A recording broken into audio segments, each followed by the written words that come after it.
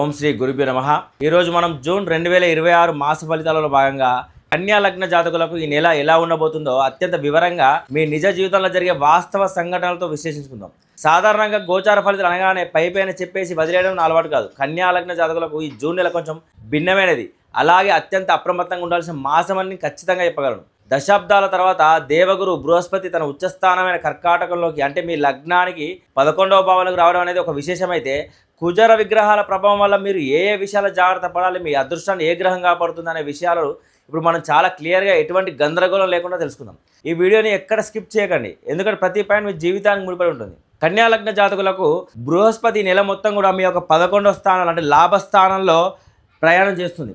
So ఈ లాభస్థాన కర్కాటక రాశి అత్యంత బలమైన ఉచ్చస్థితిలో ఉంటాడు కాబట్టి, ఉచ్చస్థితిలో ఉన్నాడు కదా ఇక మాకు తిరుగులేదు, విపరీతమైన లాభాలు వస్తాయని మీరు అనుకోవచ్చు. కానీ ఇక్కడ మీరు తెలుసుకోవాల్సింది అతి ముఖ్యమైన వాస్తవం, గురువు ఉచ్చస్థితిలో బలంగా ఉన్నప్పటికీ కన్యా లగ్నానికి 11వ భావంలో ఉంటూ పూర్తి పాప ఫలితాలు అంటే వ్యతిరేక ఫలితాలనే ఇస్తాడు.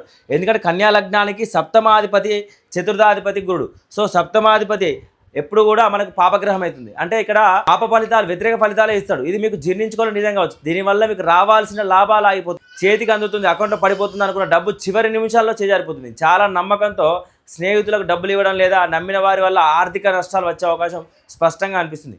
కాబట్టి ఆర్థిక లావాదేవీల్లో దయచేసి ఎవరిని గుడ్డిగా నమ్మకండి. 11వ ఇంటున్న గురువు తన దృష్టి ద్వారా మీ యొక్క 5వ భావాన్ని కూడా వీక్షిస్తుండు.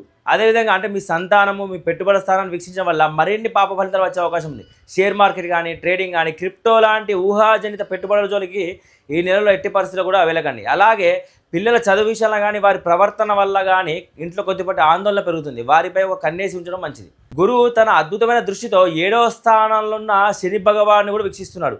ఇక్కడ తన నవమ దృష్టితో ఈ యొక్క శని భగవాన్ని కూడా వీక్షిస్తున్నాడు. 7వ స్థానం అంటేనే దాంపత్యం మరియు భాగస్వామ్య వ్యాపారాల స్థానం. దీనివల్ల గురు ప్రభావానికి చిక్కిన శని భగవానుడు 7వ భావానికి సంబంధించిన పాప ఫలితాలను ఇస్తాడు. జీవిత భాగస్వామితో చిన్న చిన్న విషయాలకు తీవ్రమైన మనస్పర్ధలు రావచ్చు, లేదా వ్యాపార భాగస్వాములతో లెక్కల విషయాలు విభేదాలు రావచ్చు. మాట జారకుండా సమయాన్ని పాటించడం ఒకటే దీనికి పరిష్కారం. సో ఇక ఈ నెల మొదటి సగ భాగంలో జూన్ 1 నుండి 15వ తేదీ వరకు కూడా కుజుడు మీ అష్టమ స్థానమైన ఇక్కడ మేషరాశిలో పూర్తిగా తన యొక్క సొంత రాశిలో ఉంటూ చాలా బలంగా ఉంటూ పూర్తిగా పాప ఫలితాలు ఇస్తున్నాడు. అదే సమయంలో రవి కూడా 9వ స్థానం అంటే అదృష్ట స్థానంలోనే ఉన్నాడు ఇక్కడ. సో ప్రాక్టికల్గా మీ రోజువారీ జీవితంలో ఏ మార్పులు జరుగుతున్నాయంటే కుజుని యొక్క అష్టమ దోషం ఉంటుంది. ఎందుకంటే కుజుడు బలంగా ఉండడం వల్ల ఆకస్మిక అనారోగ్య సమస్యలు ఆరోగ్య సమస్యలు తలెత్తవచ్చు. ముఖ్యంగా వాహనాలు నడిపేటప్పుడు ప్రమాదాలు జరిగే సూచనలు బలంగా ఉన్నాయి. డ్రైవింగ్లో చాలా జాగ్రత్తగా ఉండాలి, మితిమీరిన వేగం పనికిరాదు. అదేవిధంగా కుజుడు తన దృష్టితో 2వ భావాన్ని ఇక్కడ నుంచి 2వ భావాన్ని కూడా వీక్షిస్తున్నాడు. అలాగే 3వ భావం తోబుట్టుల స్థానాన్ని కూడా వీక్షిస్తున్నాడు. సో ఇక్కడ పాప ఫలితాలు వస్తాయి. కుటుంబంలో మాట పట్టింపులు రావడం, సోదరులతో ఆస్తుల వివాదాలు లేదా చిన్నపాటి గొడవలు రావచ్చు. ముఖ్యంగా మనం ఇందాక మాట్లాడుకున్నట్లు 11వ ఇంట్లో ఉన్న ఉచ్చ గురువుపై కూడా ఈ యొక్క కుజుని దృష్టి ఉండడం వల్ల ఇక్కడ నుంచి 4వ దృష్టి గురువు మీద ఉంటుంది. అంటే మీ ఆదాయ మార్గాలు మరింత వ్యతిరేకంగా మారుతాయి, రావాల్సిన బాకీలు మరింత ఆలస్యం అయిపోతాయి. సో మొదటి 15 రోజులు 9 ఉన్న రవిపై కూడా ఇక్కడ చూసుకుంటే శని దృష్టి ఉంది. ఇది మీకు సంతోషకరమైన మాత్రం. దీనివల్ల 9వ భావానికి పాప ఫలితాలకు బదులు శుభ ఫలితాలు వస్తాయి. కొంచెం అదృష్టం కలిసి వస్తుంది. ఒకటికి 10 సార్లు తిరిగితే కాని పనులు ఒక్క రవి వల్ల శని దృష్టి వల్ల మీకు అయ్యే అవకాశం ఉంటుంది. నెల ద్వితీయార్థంలో గ్రహాల స్థితి చూసుకుంటే కొద్దిపాటి మార్పులు వస్తున్నాయి. కుజుడు అష్టమ స్థానాన్ని వదిలి ఇక్కడ నవమ స్థానానికి ట్రాన్సిట్ అవుతున్నాడు, అంటే వృషభ రాశిలోకి ప్రవేశిస్తాడు.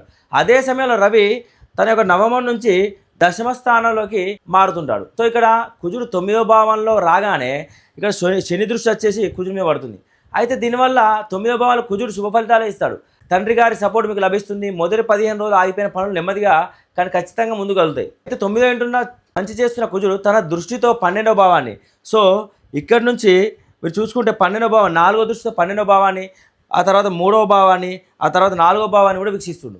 అక్కడ శుభ ఫలితాలు ఇచ్చినంత మాత్రాన తన దృష్టిల వల్ల మాత్రం పాప ఫలితాలు వస్తాయి. అంటే వృధా ఖర్చులు అమాంతం పెరగడం కానీ, ఇంట్లో చిన్నపాటి అశాంతి రావడం కానీ, సో ఇలాంటివి సంభవిస్తాయి. అదేవిధంగా ద్వితీయార్థంలో రవి 10వ భావంలో అంటే మీ వృత్తి స్థానంలో ప్రయాణించి 4వ భావాన్ని వీక్షించడం వల్ల పాప ఫలితాలు వస్తాయి. ఆఫీసులో బాస్తో కానీ పై అధికారులతో కానీ ఎట్టి పరిస్థితుల్లో వాదన తీయకండి.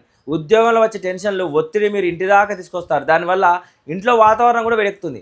కాబట్టి ప్రొఫెషనల్ లైఫ్ని పర్సనల్ లైఫ్ని బ్యాలెన్స్ చేసుకోవడం ఈ సమయం చాలా అవసరం. అన్ని గ్రహాలు కన్యా లగ్నానికి వ్యతిరేక ఫలితాలు ఇస్తున్న ఈ నెలలో మిమ్మల్ని కాపాడే ఏకైక ఆశకరణం మీకు ఒక కవచంలో నిలబడేది ఎవరంటే అది సాక్షాత్తు కర్మఫలదాత శని భగవానుడు. అయితే శని భగవానికి ఇక్కడ 25% బలం ఉంది. ఎందుకంటే ఇక్కడ గురు దృష్టి శని గృహం మీద ఉంది, శని మీద ఉంది. ఒక గృహంలో రాహు ఉండడం వల్ల ఇక్కడ రాహు 100% బలంతో ఉన్నాడు. శని 25%తో మీకు శుభ ఫలితాలు ఇవ్వడానికి వాళ్ళు రెడీగా ఉన్నారు. అయితే ఇక్కడ శని గురుగ్రహానికి 7వ భావంలో మాత్రం పాప ఫలితాలే ఇస్తాయి. అయితే ఇక్కడ తన సొంత దృష్టి ద్వారా ఇక్కడ చూసుకుని 9వ భావాన్ని, అదేవిధంగా 1వ భావాన్ని, లగ్న భావాన్ని, 4వ భావాన్ని అంటే మీ లగ్నాన్ని, ఆరోగ్యాన్ని, అదేవిధంగా 4వ గృహాలని, ఆస్తులను వీక్షించే ఆ స్థానాలకి బ్రహ్మాండమైన శుభ ఫలితాలు ఇస్తారు. ప్రాక్టికల్గా ఏం జరుగుతుందంటే కుజుడు రవి వల్ల మీకు ఏమైనా అనారోగ్యం వచ్చినా లేదా ఇంట్లో గొడవలు వచ్చినా వాటిని వెంటనే తగ్గించి మీకు ఎటువంటి ఆపద రాకుండా కాపాడే బాధ్యత శని తీసుకుంటాడు. అయితే శని బలం కొద్దిగా తక్కువ ఉందనుకోండి, మీరు ఎంత కష్టకాలంలో ఉన్న మానసికంగా ఎంత కృంగిపోయినా ఎంతో కొంత అదృష్టాన్ని అందించి మిమ్మల్ని మళ్ళీ నిలబెట్టడానికి శని తోడ్పాటు అనేది ఉంటుంది. కాబట్టి మీరు భయపడాల్సిన అవసరం లేదు. సో రాహుకేతుల గురించి తెలుసుకుంటే కన్యా లగ్నానికి ఈ నెలలో రాహుకేతుల ఫలితాలు పూర్తిగా మీ జాతకంలో నడుస్తున్న దశల ఆధారంగా ఉంటాయి. ముఖ్యంగా 6వ భావం అప్పులు లేదా రోగాలు, శత్రువులు, మరి 12వ ఖర్చులు, విదేశీ ప్రయాణాలు, కోర్టు కేసులు. ఈ యొక్క భావాలలో ఈ రాహుకేతుల ప్రయాణం నడుస్తుంది. అయితే ఇక్కడ ఇన్ని రోజులు గురు చేతిలో చిక్కున్న రాహు ఈ లగ్నానికి పాప ఫలితాలే ఇచ్చాడు. కానీ గురు ట్రాన్సిట్ రావడం వల్ల గురువు యొక్క దృష్టి వేరే గ్రహం మీద పడడం వల్ల రాహు ఇక్కడ పూర్తిగా తన యొక్క శుభ ఫలితాలు ఇవ్వడానికి మీ లగ్నానికి శుభ ఫలితాలు ఇస్తాడు. అయితే ఇప్పుడు మీ జాతకంలో రాహు దశ నడుస్తుంది అనుకోండి. ఎగ్జాంపుల్ కేతు దశ అయిపోయి రాహు దశ మిగిలి ఉంటే ఈ యొక్క 6-12 భావాలకు సంబంధించి అద్భుతమైన శుభ ఫలితాలు వస్తాయి. విదేశాలు వెళ్ళాలనుకున్న వారికి ప్రయత్నాలు సక్సెస్ అవుతాయి. వీసా పనులు పూర్తవుతాయి. కోర్టు కేసులు ఏళ్ల తరబడి ఉన్న వివాదాలు మీరు విజయం సాధిస్తారు. పాత అప్పులు తీర్చగలుగుతారు. ఊపిరి పీల్చుకుంటారు.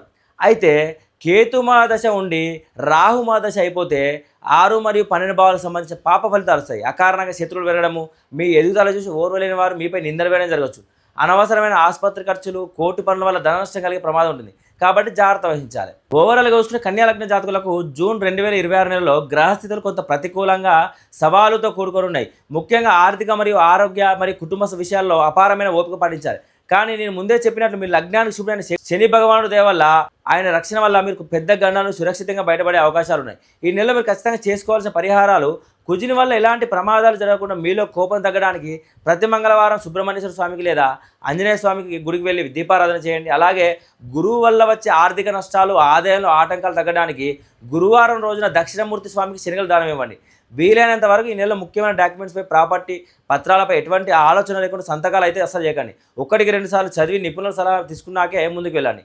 ఈ సుదీర్ఘమైన మరియు లోతైన విశ్లేషణ మీ అందరికీ మీ రోజువారీ జీవితంలో సరైన నిర్ణయాలు తీసుకోవడానికి ఉపయోగపడుతుందని మనస్ఫూర్తిగా ఆశిస్తున్నాను. ఇలాంటి మరిన్ని ఖచ్చితమైన వాస్తవికమైన జ్యోతిష్య వాస్తు విశ్లేషణ కోసం ఇప్పుడే మన ఛానల్ సబ్స్క్రైబ్ చేసుకోండి. నేను వీడియో పెట్టిన వెంటనే మీకు తెలియాలంటే నోటిఫికేషన్ కోసం పక్కనే ఉన్న గంట సింబల్ ఒకటి మర్చిపోకండి. ఈ వీడియో కనుక మీకు నచ్చినట్టయితే తప్పకుండా లైక్ చేయండి. అలాగే కన్యా లగ్న జాతకులకు మీ యొక్క బంధుమిత్రులకు, శ్రేయోభిలాషులకు ఈ వీడియో షేర్ చేసి వారిని కూడా అప్రమత్తం చేయండి. సర్వే జన సుఖినో భవంతు. నమస్కారం.